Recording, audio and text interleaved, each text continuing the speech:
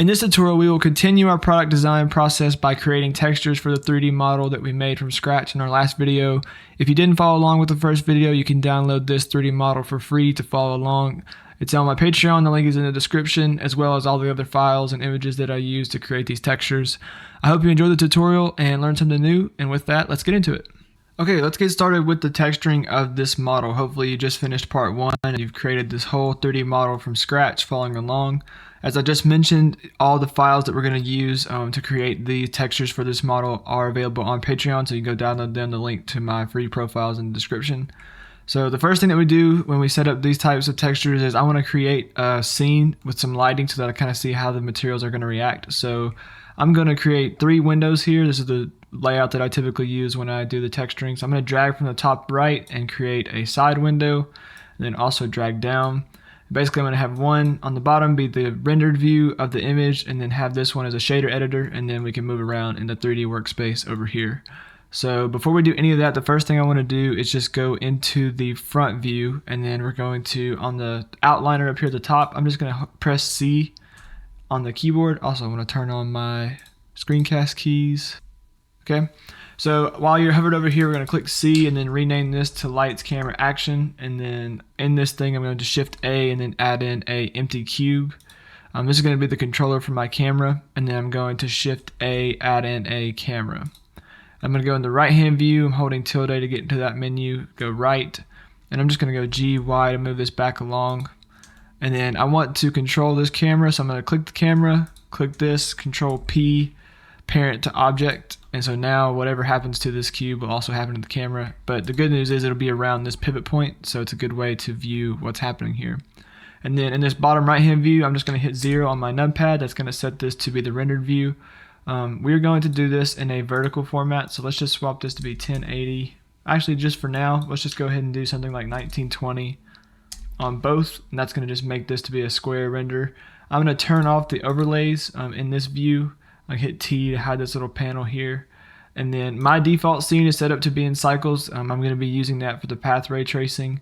And so I also want to go to the world settings, make sure there's no light in the world.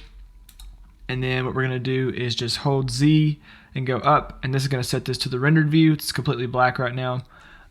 So while we're in this lights, camera, action, I'm going to Shift A and just add in a light area, GZ to bring it up. And then let's do another thing real quick. Let's take everything in here and disconnect it or turn it off, disable it.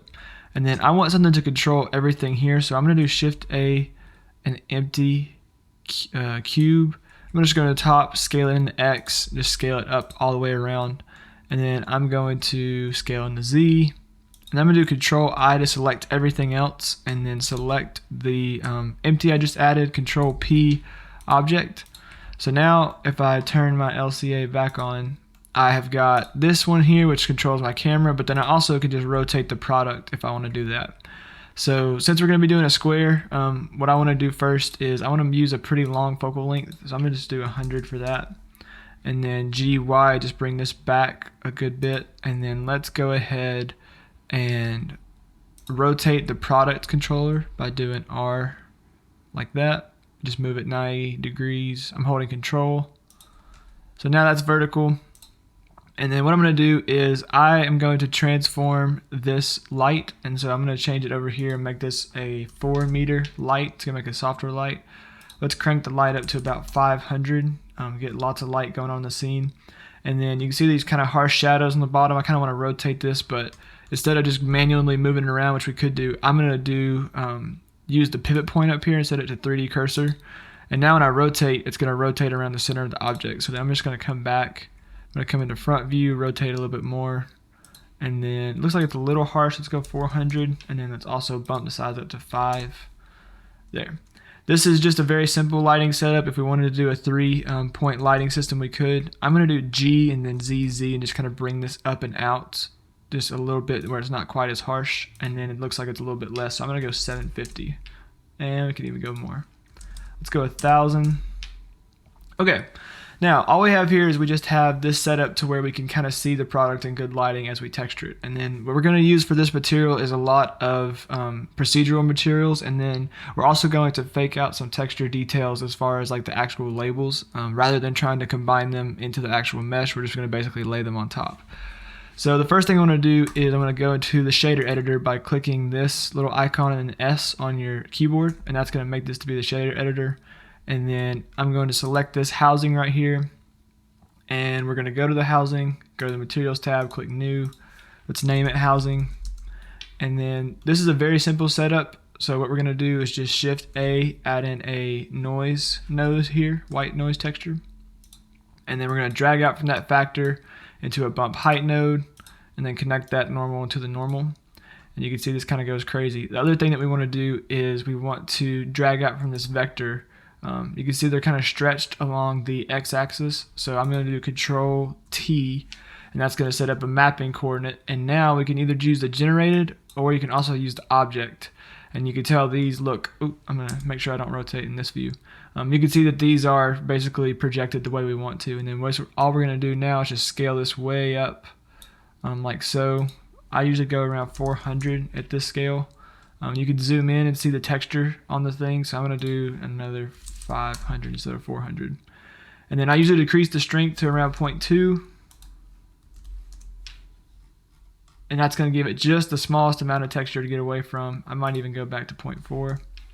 And then now you basically could just change, if you wanted to have a slight metallic look, slightly metallic is going to kind of look like that anodized metal material that is a really popular look in these types of keyboards. So basically all I want is to be just not solid white right now. So this looks like it's pretty good. I might bump that down to 0.3. But it's a very straightforward white texture. You can adjust the amount of granularity that you want. If you don't want it to look as rough, you can either drop the strength down to like 0.1, and then when you zoom out it looks much less. Or if you want to crank up that scale to something like 1000, that's going to also make it look smoother from back here because of the smaller size on that. But I'm going to leave mine at around, I kind of like the middle, 750. So that's basically all that's going to be there. And then the only other thing I would play with is if you kind of rotate it around the model, you can see like the edges that we made. If you start to adjust that roughness, you can start to see that light shine on those. It's not fully rough. I would probably leave this basically right where it's at 0.5, and then you can kind of play with that metallic if you want it to look like it's a little bit coated or not. It's up to you. I'm going to leave mine at 0.05 just for the texture. So now I'm going to click 0, go back into camera view, and then basically if we look at the reference image, I'll put it up on the screen here. Each of these keys has a little circle dot in the middle of it. And so we're going to basically do that with the shader procedurally, just to give us the ability to go back and change it. So now we've created kind of our housing material. I'm just going to select one of the keys. We're in the materials tab, click new. I'm going to name this to be keys here. And basically what we need to do is get the object coordinates of this node to be able to set up that circle to be in the middle. So the first thing we're going to do is we're going to use a couple of shaders and then mix them. So right now I'm going to drag this one down and then Shift D to bring it up. And then we're also going to add a mix shader node, so Shift A and then just search for mix and do mix shader. And then what we're going to do is just plug each of these into those, and now basically it's mixing between them kind of equally, just to show you how this works. If this one was red and this one's white, you could either slide your factor all the way and we would be using this one, or we could slide it back to red and be using this one. So now basically what we want to do is we want to somehow get a circle here in the middle that aligns with the thing in the reference image. So the way we're going to do that is we're going to use a gradient texture. So Shift A and then search for gradient.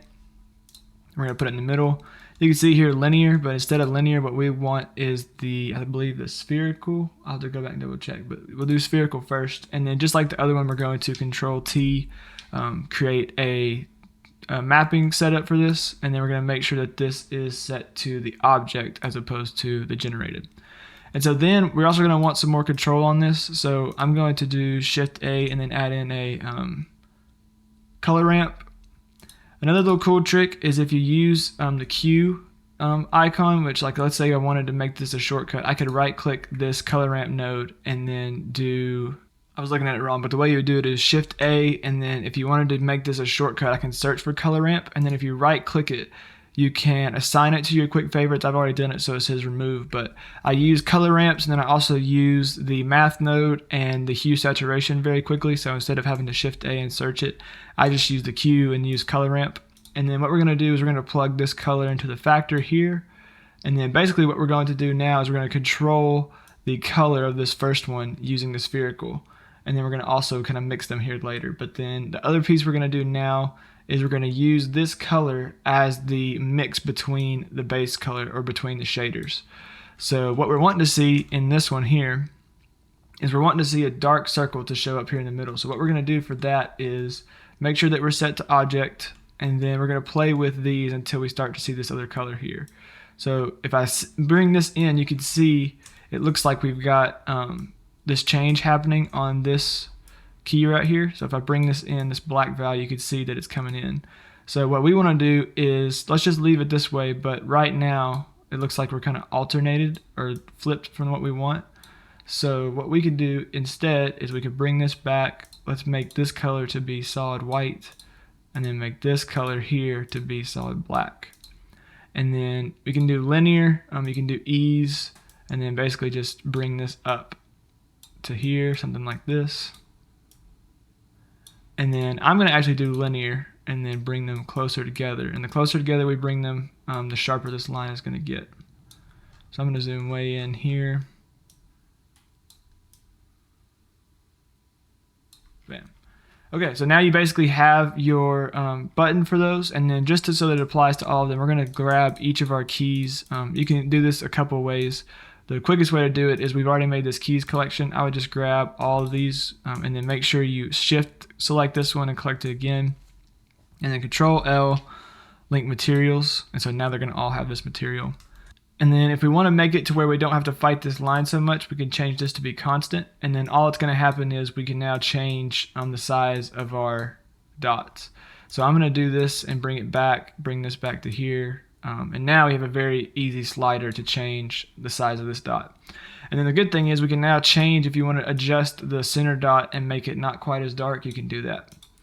Okay, so now we've got this piece set up, and then what's happening now is that we are using these two factors. So if I change this to be red, this is essentially the white part of the texture, and then we are using this principled BSDF to control this part of the texture. So now you can tell if I get rid of some of this texture here, I can adjust the metallic and only adjust the middle, and then I can adjust the metallic on this one and only adjust on the outside. So now we're just going to use this to set up the textures for these keys. We're going to do something very similar. Shift A, search for noise. This is probably something I should add to my quick favorites. So I'm just going to right click, add to quick favorites.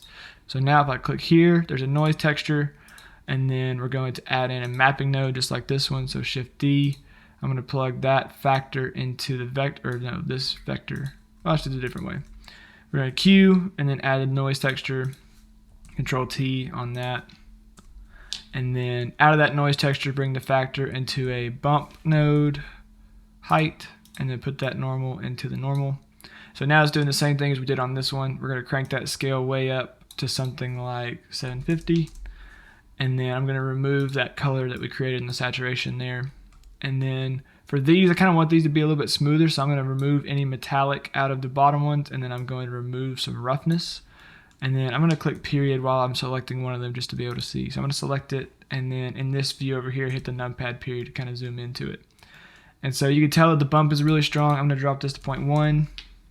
Now you can start to see the reflection of that light on that. And so that looks pretty good for what we've got going on that front key here. It looks like it's a little bit smooth, so I'm going to just give it a little bit more texture. So let's go 0.4 here. And now if I click numpad period, you can see that it's got a little bit of stuff going on there. And 0.4 might be high, let's go 0.2. Nice, I'm happy with that. And then let's mess with some of this top one. It kind of looks flat to me. I think I want it to be a little bit less rough so that it's very dark when you're looking at it. The other thing that we could do is we could use these colors to inset this. So one thing that we could do is we could drag out from our color into a bump height node and plug that normal into the normal. And it's kind of hard to tell, but you can see there's a little bit of a lip created there. Another way that we might do that is just to drag out from the original gradient texture. Well, now we're just going to use this one. We'll pull out to a bump height node, plug the normal into normal, like so. And then we also could plug the normal here into this one, this is just kind of me testing to play with it. If we clicked invert, you can see that that kind of is setting it to be what we want. So if you want to do that, you can. I'm just going to leave mine the way that we have it. It's going to be a far away detail, so you're not really going to tell. But now we can adjust the size of our center dots. We can change the properties of this if you want these to be more metallic, more rough. You can do the same bump setup and just bring it up here like this, and then plug that normal into the normal. If you want to give these a little bit of texture, you can do that. I would probably make these either a little bit bigger or smaller, like maybe 400, just to give them a little bit of a texture going on there. I think that looks good. Okay, so now what we have here is the keys are done, and then we also have this set up. So I think that these buttons are a little bit big right now, the black parts. I'm going to bring them back down just to something like that. Mine looks like it's 0.49 or 0.937. That looks very similar to the reference video. And then the last things that we're going to create are some of the textures for the labels, but then also we got to do the textures on these two knobs. So what I would do is you can look at the reference image to see what the renders look like, but for me, all I'm going to do is make another couple simple materials. So in the front view, I'm just going to select this knob, rocker knob, make a new material. I'm going to call it rocker. Going to be very, very simple.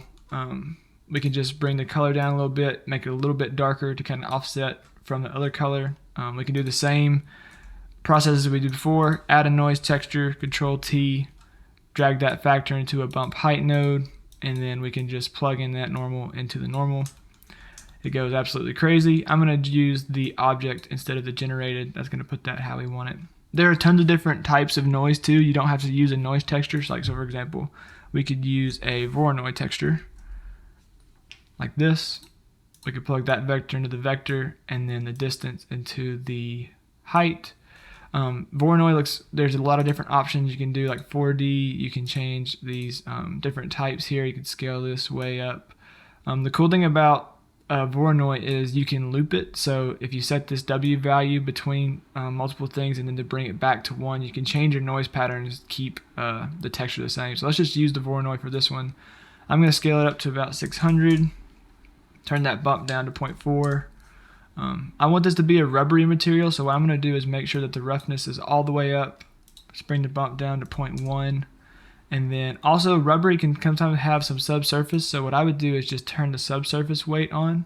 And then another thing that we can do is we can change the color of the highlight here. So the way we would do that is go into your subsurface, and then let's just check through here. Specular, emission.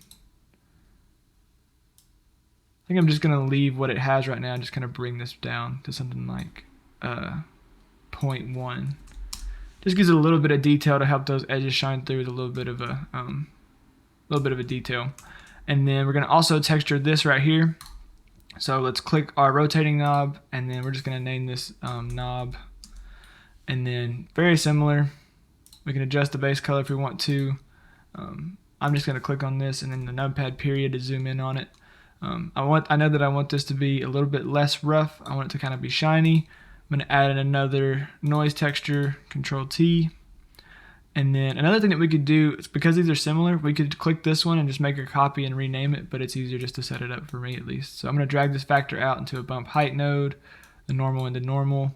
And then I'm going to crank that scale all the way up. Let's do something like 1200. I want this to be pretty smooth.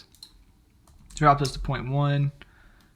And then looks like it's a little bit too smooth for me right now, so I'm going to bring this roughness up just a bit. And I also want this to be white, so I'm going to bring that slider up. Okay, so now you can tell that the product I picked was very minimally textured, or it doesn't have a lot of complexity on the textures going on right now. The only other thing that you would want to do, or you could do, like, so for example, if we went to this shader that we made for the housing, you could use this same setup for the noise texture and get rid of the bump node. Oop, put that back. We could use the noise and drop this factor into a color ramp. I'm going to use a Q color ramp where my hot ones are. Drop that in here. Drop that into the base color. So now what I'm going to do is I'm going to drop this to like 50. And then a useful thing to do is do Control-Shift-Click, and you're going to preview what this looks like. And so now if I'm changing the scale on these on this noise pattern, you can see that this is basically giving us a little bit of variation. So if I set the scale to 1, for example, you can see there's a little bit of cloudiness going on between white and and black. And so then you could go through and you could change the amount by crunching these values or bringing them in. But you can just see what this does here is it basically just gives a little bit of variation. So now if I do Control-Shift-Click and put this back, there's a little bit of variation going on there. So what I would probably do is just bring this black up, and it gets less and less noticeable. But when you do that, you do add a little bit. Like if I zoom in here, as you bring this black value down, you are changing these pieces. So I might even bring the scale up to 3. And then now you can really see there's a change there.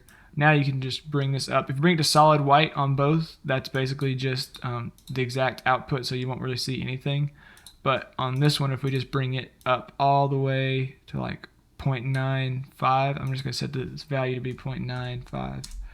It's a tiny amount of variation, but it does add to the realism just slightly. And you could go through, obviously, and make this something like 0.8 and really start to see a little bit of variation in there. So I actually like that. I'm going to leave it there. Now the next thing that we're going to do is texture the screen. The way I'm going to do that is I'll put it on the screen now, but I went into Canva and just dragged some free elements in, recreating what I'd seen from the reference image. So I just used various shapes. I'm going to provide that for free on my Patreon, so you can just download that. So the way we're going to do this now is I'm going to zoom into this glass piece that we named first, and then we're going to create a new material. We're just going to call it glass. I'm going to click on this surface and then the glass BSDF, and then I don't want it to be very rough. I'm going to basically bring that all the way down, maybe 0.05, just to have a little bit of texture there. And then that will very much play into how our lights are set up. And so it doesn't have denoise in the preview right now, so if you leave this on denoise, it has potential to have a lot of stuff going on there. The other thing that we could do is if you wanted to change this to be just a principled BSDF, you could do a principled BSDF and then change your transmission basically all the way up.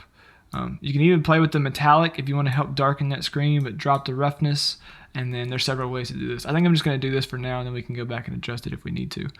But now I'm going to hide our glass piece, and then we also made in our model this texture here, or this screen essentially.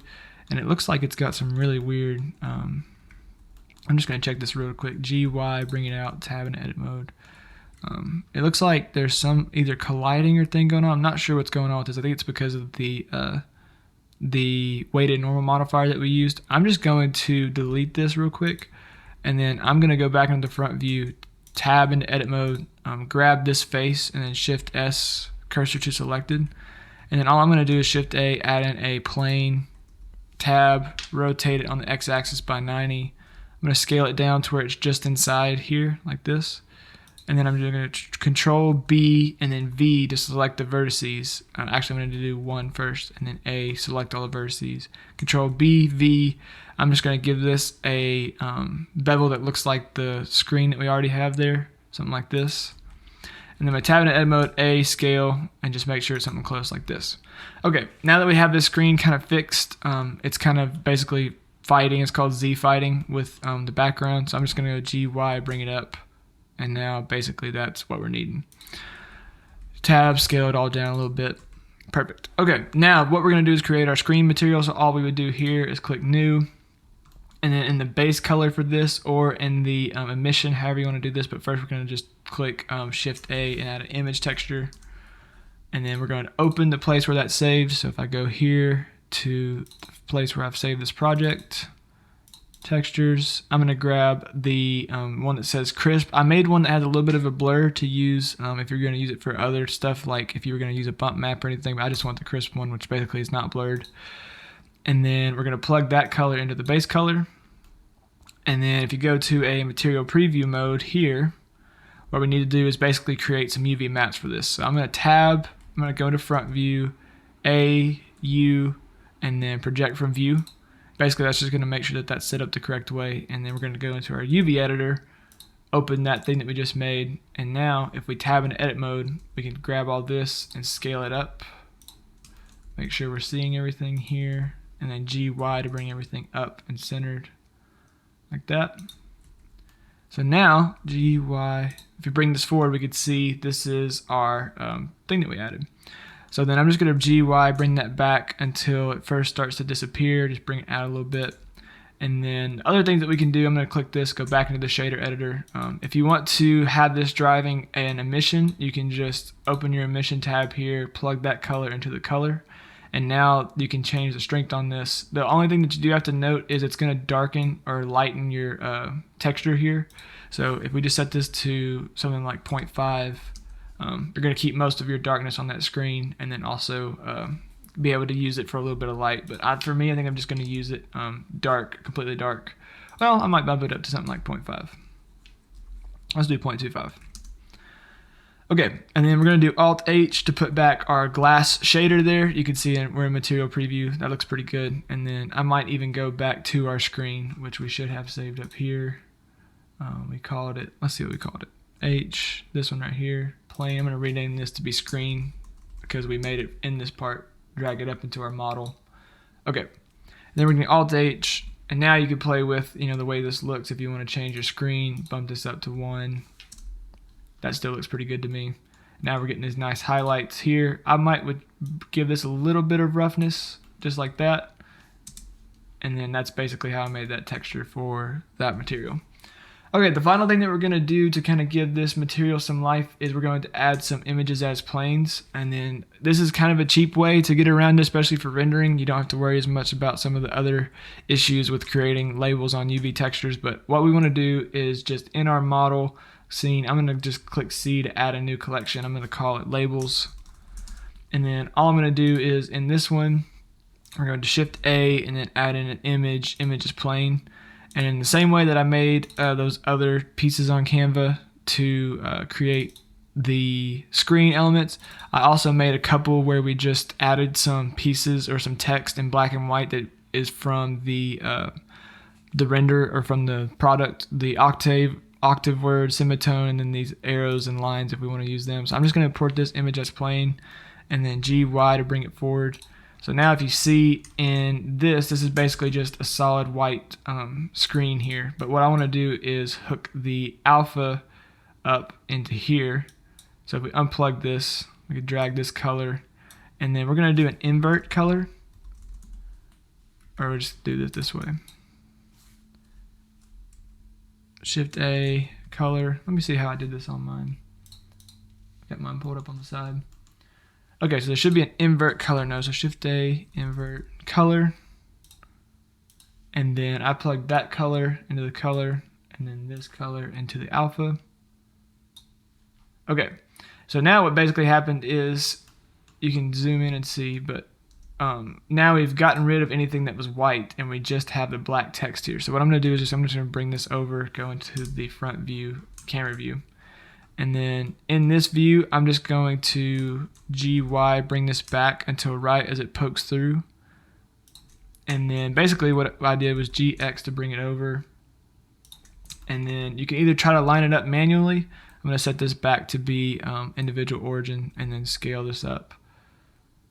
Bring this here, bring it down like this. And then all I got to do now, you can tell if there's a shadow. If you just come over here and then do GY and then just slowly bring that back until that first point that you see it clip. So now if you come back, you've got those nice details on your model. You can play with this as much as you want to. You can scale this down. I would really make sure that you are lined up on this line right here. So GX, and then also looks like we need a GY, bring it up a little bit. Or no, GZ, excuse me.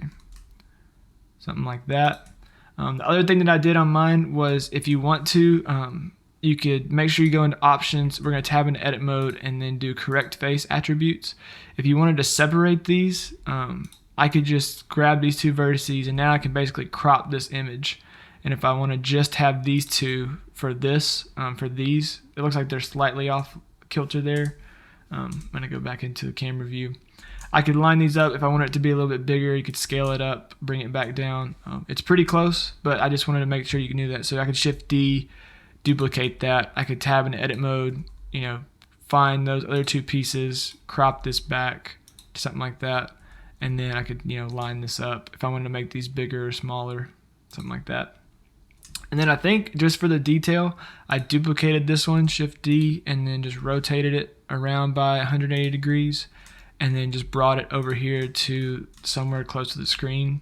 Didn't really make sense. It's not necessarily needed, but just those details kind of help add to the texture of this model. Can't remember if I did that on mine. You don't have to, but just a thought if you want to. And then the other thing that I did was I believe I added a circle plane. So in this mask that I named labels, I'm going to add another Shift A, mesh, or no, image, reference image. And then in that folder with textures, I thought I had a place name. Let me see how I did it on this model. But all we would need to do is, I'm going to show you in Canva now, is I basically just created the exact same setup by adding a sphere. Actually, we can just do it with a mesh. So I'll just do Shift A, mesh, and then let's do a circle. This is over here where our 3D cursor is. I'm going to do Shift C to reset the 3D cursor, and then grab this circle, Alt G. That's going to move it back to the point that we want it. I just tab into edit mode, press F to face, rotate it on the X axis by 90 degrees. This is just a little detail that goes on this knob. I'm going to go into the right hand view and just bring it right in front. In the front view, scale it down, and then we're going to give it a new material. We'll just call this the knob rotate, like that. And then let's just give this kind of a cool offset orange color. We're going to crank that saturation up a little bit, something like that. Looks good to me. And then we would increase the metallic or other things that we want to mess with. But right now I'm basically just going to go into the right hand view, make sure it's right in front, tab, scale it down, and then you can look at the reference image, but they basically have like a little knob on here. And then same as the other one, excuse me. And then same as the other one, you can do GY to bring it back. Just look at your camera view. You can see that it's far away, so it has a big shadow. So if you do GY, bring that up until the point right where you see the last little bit of clipping. That usually works just good. And then this does have a little bit of rounding here. So what I would probably do is just click 2, and then, or you can do 1, right click and then subdivide, and then do that twice. And then another little trick you can use is use F2, and then right click, loop tools, make a circle. That's going to make those basically a perfect circle. And then you could go through, that's a little bit of too big of a knob, so I'm just going to bring this down. I would look at the reference image for this, just make sure it's similar. That looks pretty good. The last thing we're going to do is we're going to texture this chord that we made. So right here, let's just go ahead and make a chord or a texture for this chord. We'll just call it chord. I would use the same color that we just made for this other piece. I'm going to click that. Actually, let's just do this. Let's get rid of this, and then let's grab this one. Or this chord right here, and then we made this material, which we need to name knob, what do we call this, knob rotate. Let's just assign the knob rotate to this one, and then make it instanced, and then we'll just call it chord. So now we have that. I'm going to actually crank the saturation up a little bit on this.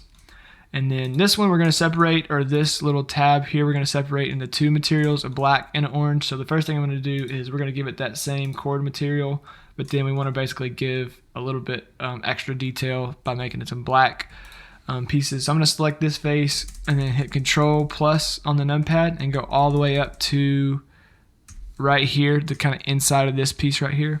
We're going to add a new material, and then we're going to create new, we'll call it just black. And then we can assign it. Now this is a new material. If I drop this down to black, that would be how that works. And then same as the other ones, I'd probably do the same setup. I'll run through it really quickly. Noise texture, Control T, setting it to object, factor into a bump height, normal into normal.